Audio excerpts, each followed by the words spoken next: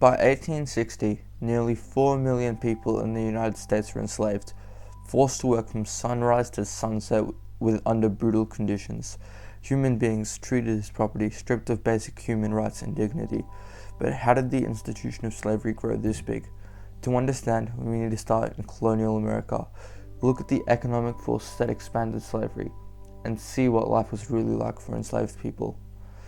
To understand slavery in the United States, we must first define it. Slavery is the ownership of a person as property. It usually involves forced labor and is done at the slave owner's command, solely for their benefit. Most societies have had some form of slavery at one point or another. Slavery is also a fundamental violation of human rights, and it is recognized as such by all members of the United Nations today.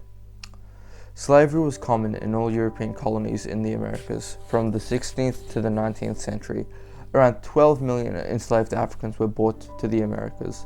Spanish conquistadors initially enslaved Native Americans until 1543, when this was outlawed.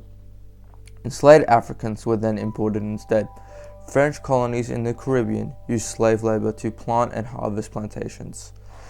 The first enslaved Africans were imported into Virginia in 1619, just 13 years after the colony's founding.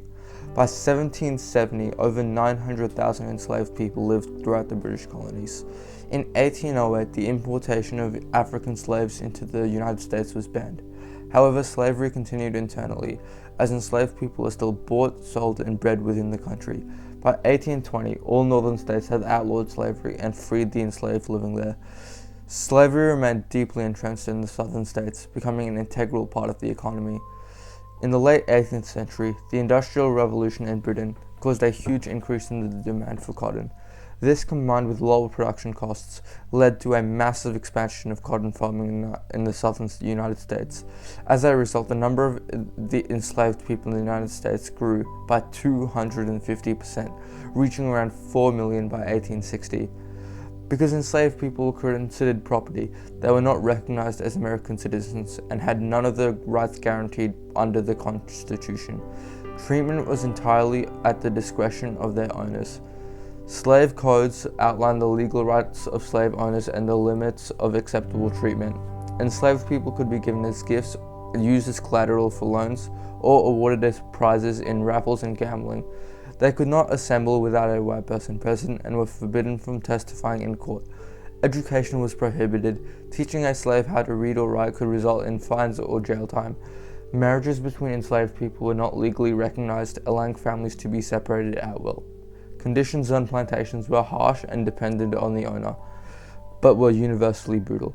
Enslaved people cleared land, planted and harvested crops, and picked fivers from sunup to sundown, 6 days a week.